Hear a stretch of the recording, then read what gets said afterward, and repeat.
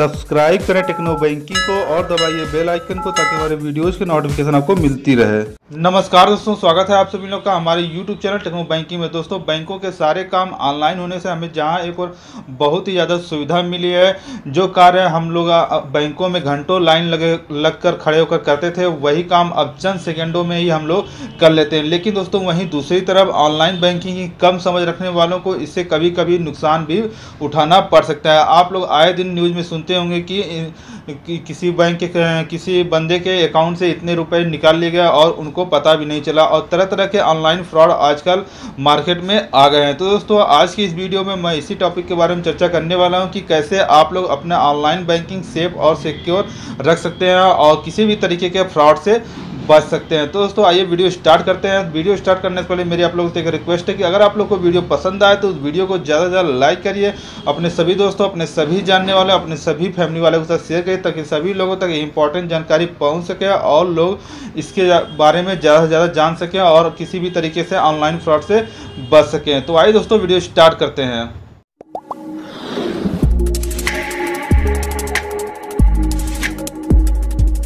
दोस्तों, online banking संबंधित मैं कुछ नियम और बातें आप लोगों को बता दूं जिनका इस्तेमाल करके आप लोग अपना ऑनलाइन बैंकिंग सेफ और सिक्योर रख सकते हैं और किसी भी तरीके के फ्रॉड से बच सकते हैं। जिनमें सबसे पहला है वो AnyDesk एप्लीकेशन है।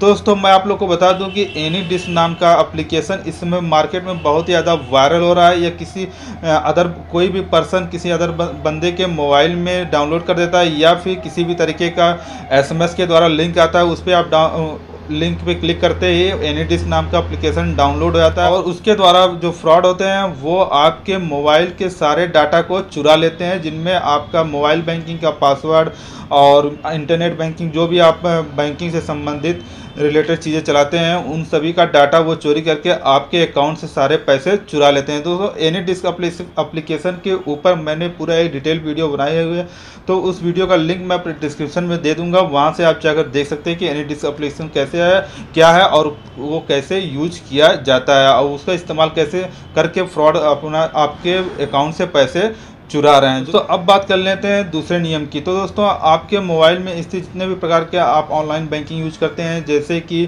भीम UPI हो गया या फिर कोई पेमेंट का मोड हो गया या फिर ऑनलाइन बैंकिंग, मोबाइल बैंकिंग इत्यादि जितने एप्लीकेशन बैंकिंग से रिलेटेड आप यूज करते हैं, उन पे आप लॉक लगा के रखिए, जिससे आपका जो है बैलेंस भी सुरक्षित रहेगा और आपका अकाउंट भी सुरक्षित रहेगा। जो दोस्तों, जो तीसरा नियम यह है कि आप किसी भी प्रकार के फ्रॉड कॉल से बचिए।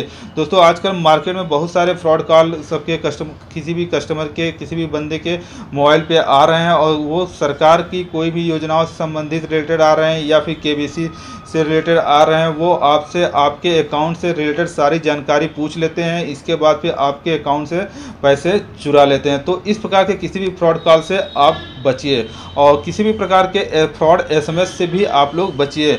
आजकल फेसबुक, व्हाट्सएप, इंस्टाग्राम, ट्विटर इत्यादि जगहों पे तरह तरह के फ्रॉड SMS आ रहे हैं। उसमें कुछ लिंक दिए रहते हैं, जैसे ही आप उन लिंक पे क्लिक करते हैं विभिन्न प्रकार की पेज ओपन हो जाते हैं और उससे आपके मोबाइल से स्थित जितने भी प्रकार के डाटा होते हैं वो चुरा लिए जाते हैं, जिनमें आपका मोबाइल बैंकिंग या फिर इंटरनेट बैंकिंग भी शामिल होता है और उससे आप लोग के अकाउंट से पैसे भी चुरा लेते हैं। इसके अलावा आप लोग किसी भी प्रकार के कोई भी कॉल करता है तो बैंक, मैं आप लोग को बता दूं कि जैसा आप लोग जानते भी होंगे कि बैंक कभी भी आपसे आपके अकाउंट से रिलेटेड संवेदनशील सूचनाएं नहीं पूछता। संवेदनशील सूचनाएं मीन्स जैसे कि कोई भी OTP नहीं पूछता, आपके ATM का पिन नहीं पूछता। तो इस तरीके के कोई भी संवेदनशील सूचनाएं अपने बैंक से रिलेटेड, अपने ATM से रिलेटेड किसी के साथ भी शेयर ना करें। इसके साथ ही दोस्तों, हमें जब कभी भी किसी भी बैंक में अगर हम कस्टमर हैं, तो अगर हमें किसी बैंक के कस्टमर केयर की ज़रूरत पड़ती है तो हम आसानी से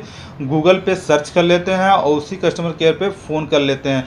तो दोस्तों, मैं आप लोग को बता दूं कि किसी भी सर्च इंजन पे स्थित कस्टमर केयर नंबर पे आप बिल्कुल भी भरोसा ना करें, क्योंकि दोस्तों, जो गूगल पे जितने भी कस्टमर केयर नंबर होते हैं वो बदल भी दिए जाते हैं। ये इसका नियम भी है कि कोई भी पर्सन उसको चेंज कर सकता है। तो जो फ्रॉड लोग होते हैं वो क्या करते हैं कि वो बैंक के जो जहाँ बैंक का कस्टमर केयर नंबर दिया रहता है वहाँ पे अपना कस्टमर केयर नंबर वहाँ पे लिख देते हैं, और किसी भी बैंक की फ्रॉड साइट बनाकर वहाँ पे अपना कस्टमर केयर लिख देते हैं, जिससे जब भी आप सर्च करते हैं तो वो बैंक कस्टमर केयर नंबर वहाँ पे आ जाता है, और आप उस कस्टमर केयर नंबर पे कॉल करते ही आप सोचते हैं कि वो बैंक को गया नंबर, तो हम उसके जो भी वो सूचनाएं हमसे पूछता है हम बताते चले जाते हैं और हमारे साथ फ्रॉड हो जाता है। तो दोस्तों आप किसी भी सर्च इंजन पे, इसी चाहे वो गूगल क्रोम हो या हो, मतलब कोई भी सर्च इंजन हो, उस पर आप लोग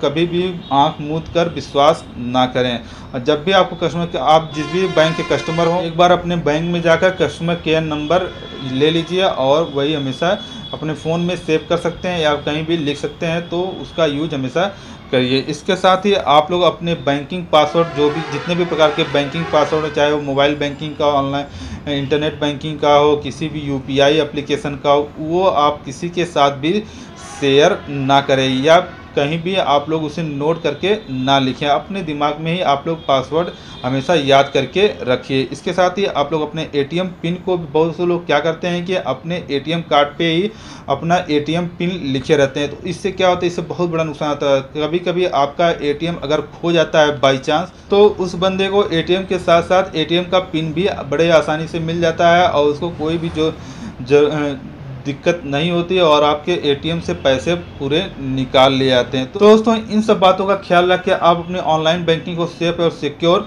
रख सकते हैं। और भी काफ़ी सारी बातें हैं जिनको ख्याल रख के आप अपना बैंकिंग सिक्योर से समय समय पे मैं आप लोगों को सूचना देता रहता हूं। आप मेरा वीडियो चेक कर सकते हैं, मैं काफ़ी सारे ऑनलाइन बैंकिंग फ्रॉड पे वीडियो बना चुका हूं, आप जाकर देख सकते हैं। तो दोस्तों मुझे उम्मीद है कि आप लोगों को हमारी ये वीडियो जरूर पसंद आएगी। अगर आप लोग को वीडियो पसंद आए तो वीडियो को लाइक जरूर कर देना। इसके साथ ही अगर आप लोग चैनल पे नए हैं तो चैनल को सब्सक्राइब, साथ ही बेल आइकन जरूर प्रेस कर लेना, ताकि हमारे आने वाले नेक्स्ट वीडियो का नोटिफिकेशन आप लोग को मिलती रहे। तो दोस्तों मिलते हैं नेक्स्ट वीडियो में। जय हिंद, जय भारत।